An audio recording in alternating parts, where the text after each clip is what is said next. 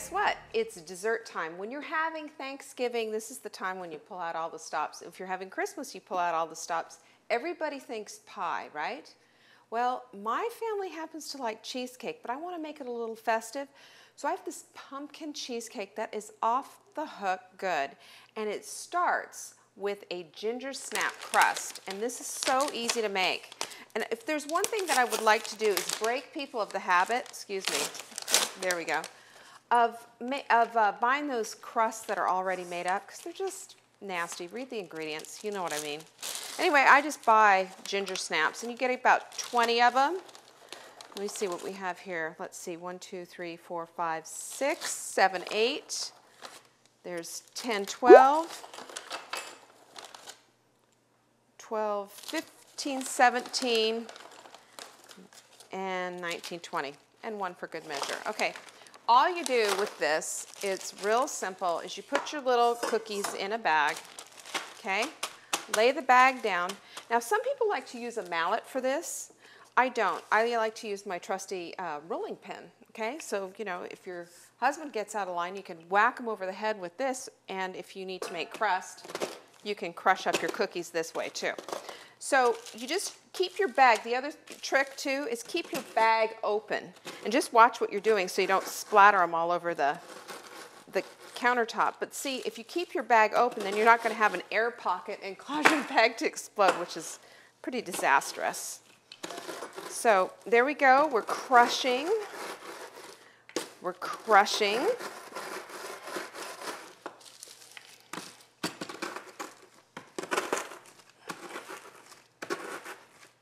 It takes a little doing. These suckers are hard. It's a lot easier to do a graham cracker crust, promise you that. So we're finishing this up, almost there. I think I'm getting carpal tunnel from this. Seriously. Okay. Crush, crush, crush. I wonder if I can save this for my own Thanksgiving, huh? I'm kidding. All right, almost there. And just go through and like pull your bag up, check it, see how we're almost there? You got a couple of big crumbs there. Lay it out again and get it nice and even so you can see what you're crushing and get it all done. Now, let me just tell you something. We're going to use an 8-inch or 9-inch springform pan. And this is so you can pop the bottom out and make it beautiful and put it on a little pedestal plate and make everybody think you're Martha Stewart. But here's the thing with this. The crust is pretty pungent, as you can imagine, ginger snaps. And it doesn't need a whole bunch of crust. You just want a nice light crust. There's not a whole lot to go with it. Try to get them nice and fine. One more time. Okay, can you see how easy this is? How many minutes does this take? A couple of minutes? And I've got this lovely crust. Okay, we're done with that. Now we put this in, these crusts, and I'm going to run over to the stove top and get my butter. I melted a 1/4 cup of butter, which is a stick. No big deal. Throw that in. You see how easy this is? Then I just get a little old fork. And I just make a nice big mess. So you have like these nice wet crumbs, okay? Smell, you should smell this stuff. It's just crazy good. Okay, so then this goes to the middle of your pan. And it's not even going to come up all the way. It's only going to come up to about halfway. Because like I said, we have a tiny crust. It's just enough to hold the whole mess into place, which I like. It's my personal preference. And this dessert is for pumpkin lovers, cheesecake lovers, ginger snap lovers, anybody who likes a little something. It's perfectly great for any kind of a fall or winter holiday. And even if you cheat a little bit, you can have it in the middle of summer. Sometimes you have to do that. Okay, so here it is in the middle. And what I'm going to do is spread it out using my fingers, nice clean hands always. Okay. And then using the back of my hand,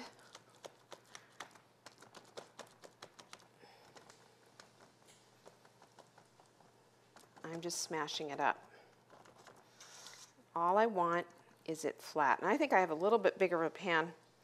My daughter went to college and took my springform pan, so I think she left me the big one. But that's all right.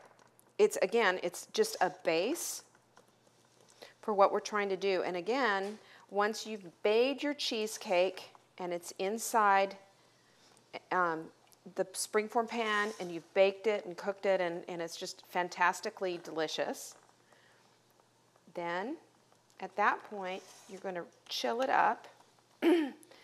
And once it's chilled, then you unbuckle your springform pan and put it on a little glass pedestal serving plate and put it out, and it's just gorgeous. You serve it with just a little dollop of whipped cream and everybody will think that you're just amazing. And you know how easy this was. All right, there you go. So there you go, that's our pan. And it is, in a smaller springform pan, you're gonna have it going up the sides about halfway. In a larger one like this, you're not. And again, there's no perfection necessary for this recipe. It is extremely forgiving. So this needs to go into the oven, a 375 oven for 10 minutes, okay? I'm gonna get that going.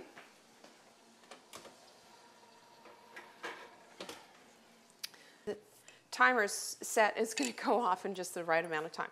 All right, now we're gonna get the pumpkin filling done while we're waiting. In my little mixer here, my trusty KitchenAid, we have 3 8-ounce packages of Philadelphia cream cheese, and I'm telling you, it makes a difference when you use cream cheese. And I know the craft people would love me for this, but Philadelphia cream cheese is the best. To that, we have 1 can of organic pumpkin. Okay, this, you can get this anywhere. This is organic pumpkin puree or pure pumpkin. I don't care what it says. What you need to do is just go check the ingredients, and what you want to see is the word pumpkin. That's it. You don't want pumpkin pie filling. You don't want any of that other stuff. You want 100% pure pumpkin. So however they label it, just check the ingredients because, you know, your mileage may vary as far as what it's called. Look at this. Here it comes. Ta-da. Or you can cut up and cook your own pumpkins, but I'm not doing that. All right, and from here, where'd my little measuring? Here it is. From here, we're going to add the seasonings, and we have the seasonings, the spices. We have a teaspoon, and this little guy is the cutest thing ever. Look at that. It moves, it moves up and down depending on how much you want to measure. So if you have a teaspoon or a half teaspoon, you just move this thing up and down. I just love it because it's only one thing as opposed to all those little spoons all attached together. Okay, so, and make sure you level it off. That's ginger, 1 teaspoon of ground ginger, and that's cinnamon, and again measure, and 1 teaspoon of ground cinnamon, easy as pie, or cheesecake, as the case might be. Next, we have 1 cup of sugar, and yes, I do keep sugar in my home. I don't use it much, but I do keep it in my home. Here we go. And then last but not least, you got 4 eggs. That's it. 4 eggs. Can you say easy? Is this not easy? It's like the easiest thing ever. And I just want you to see that as the crust is cooking, it's taken me 4 minutes to put this together. I don't know. So this is really a no-fuss, easy, no-brainer type of a dessert to make. And then you just start slow, otherwise you're going to have a massive mess. And just let the goo do its thing. Now, 2 important things.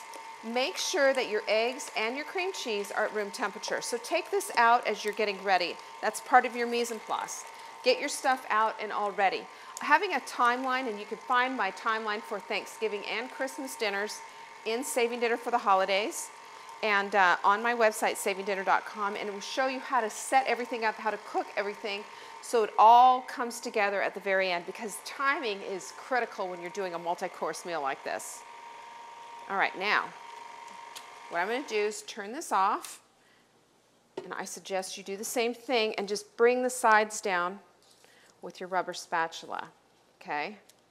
Because otherwise it goos all up at the sides, and it's pretty nasty.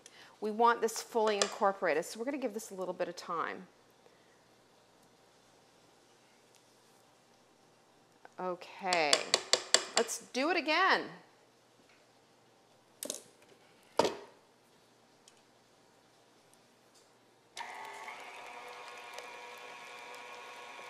Okay, I'll show you another trick that I have, if I have a big enough towel. But one of the things that I'll do is do this and then let it rip. This saves my clothing and my kitchen and gets it going. Not too hard. See? And it's a lovely golden color, as you can see. And what we're not going to worry about, there's little tiny blobs of cream cheese. We're not going to worry about that. We just need it fully incorporated. If we need to have it bigger and more incorporated than that, man, I'd be using my Vitamix. But this is good right here.